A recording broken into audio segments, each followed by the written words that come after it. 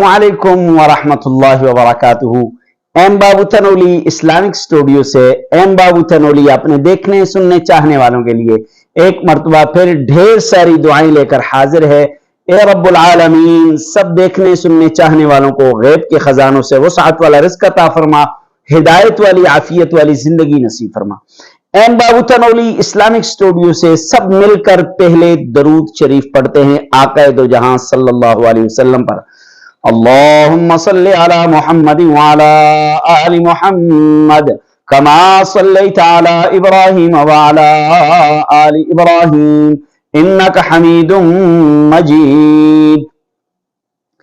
M बाबू Tanoli Islamic studio से आपके लिए रोजाना नए मसाइल, फजाइल, वज़ाइफ लेकर मैं हाजिर होता हूं, इसलिए कि आप लोगों तक दीनी मालूमात बआसानी पहुंच जाएं और आप दूसरों तक बआसानी दीनी मालूमात पहुंचा सकें।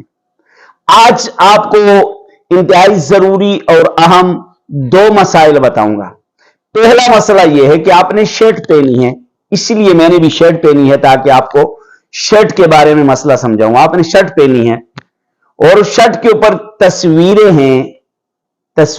हैं, जानदार की तस्वीरें हैं, जानवर की तस्वीरें हैं, इंसान की तस्वीरें हैं, किसी भी जानदार की तस्वीरें हैं।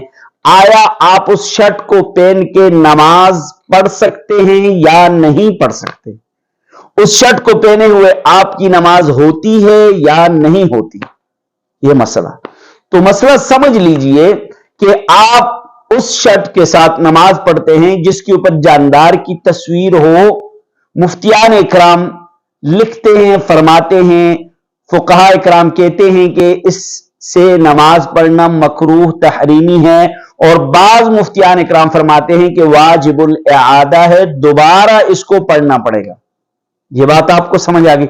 दूसरी बात, आप जिस कमरे में नमाज पढ़ रहे हैं, आप जिस मकान में नमाज पढ़ रहे हैं, आप जिस जगह में नमाज पढ़ रहे हैं, उस जगह में बाज घरों में अपने लीडर की तस्वीर होती है, बाज घरों में पीर की तस्वीर होती है, बाज घरों में अपने किसी बड़े की तस्वीर होती है, खानदान के बड़े की तस्वीर होती है।